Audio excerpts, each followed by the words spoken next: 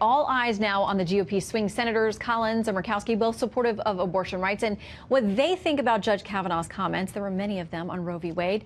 Let's bring in Democratic strategist Dave Brown and Judicial Crisis Network attorney Gail Trotter. Welcome to you both. Thank you. Great to be with you. Okay, Shannon. With Kavanaugh's, his part of the testimony over here are a couple of headlines out there. This from the New York Times: Kavanaugh will kill the Constitution. That's by Paul Krugman. The Washington Post has this: Mitch McConnell has saved the Constitution. That's by Hugh Hewitt, because he's nominated people like Kavanaugh.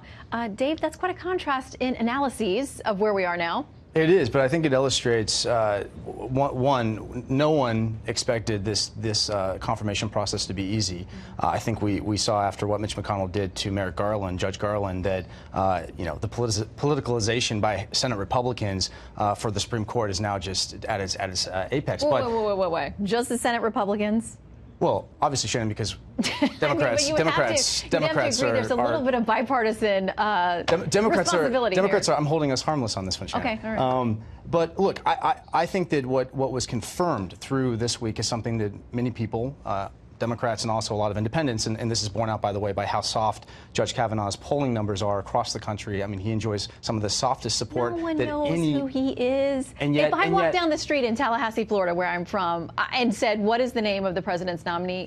How many people are going to know that? Well, how can you poll someone that people don't even know? Doesn't that actually really concern you that the American people haven't even had an opportunity to get to know this Supreme Court nominee? Well, now they do know. I mean, He's about, if he's confirmed, he will move the court to a permanent hard right majority, unlike he's replacing Justice Kennedy, who was very much a swing vote, kept the court in equilibrium.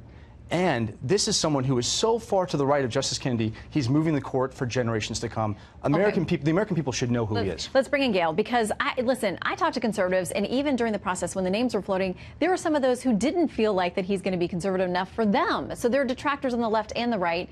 You really never know until a justice is sworn in and starts making tough decisions. Right, that's absolutely true. And so many things that you said were just so wrong. The Senate Republicans were merely following the Biden rule with Judge Merrick Garland. And now it's true that Judge Kavanaugh has had the chance through these hearings to show who he is, to show that he's faithful to the Constitution. He's independent. He believes in the independence of the judiciary branch. And he also has the judicial temperament. We were talking about how there were so many histrionics and protests. I think there were over 200 people who were arrested during the hearings, and Judge Kavanaugh was steady. He was solid. He was able to have a temperament that showed that he was able to communicate with the senators despite all the distractions. And that's exactly why the American Bar Association gave him their highest qualification, and why Yale University law professor, who's liberal, Akhil Amar, testified today saying that he is an excellent choice for this Supreme Court vacancy. Dave, what do you make about those folks on that end of the spectrum, more liberal, and those on the left who say, listen,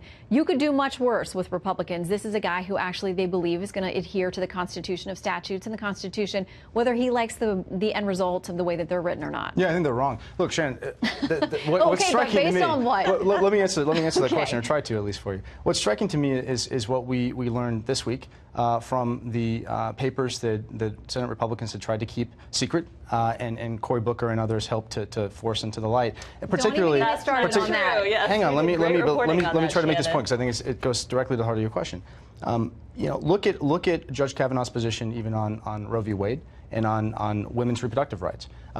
He talks about Roe. At least Senator Collins has said that in private conversations, he said to her that Roe is settled law. But we know for a fact that when he was editing an op-ed as a counsel for President Bush, that he made a point to say, in fact, it's not unanimously understood as settled law. And so what that suggests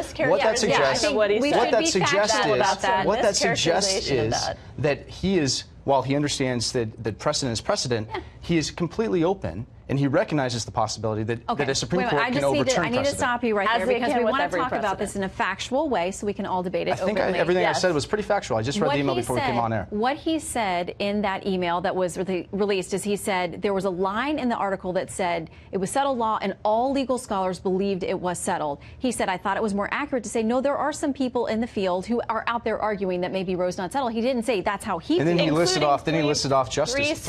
Well, and that's actually the point. The fact the fact that he's signaling that he's Roe not is still signaling. open for debate. He's not signaling and Roe, at all. He listed three justices. Final word to Gail. Final word to you. Yeah, well, I just think when you talk about women's rights, I think the highlight of the confirmation hearing was when the girls' basketball team came in and reminded me of how much Judge Kavanaugh has mentored young women who need success. More female clerks than male. Yeah, he had more female clerks than male, and he has a personal investment through the basketball team. We got to leave it there. But by the way, once they were all lined up in there and they were adorable and smart and fabulous, there were a couple of senators who were like, "Oh, dang it! Now there goes my line of questioning. What do I do with all of these team members sitting back there, admiring their coach?" Gail and Dave, thank you very much. Thank you. Great to be with you.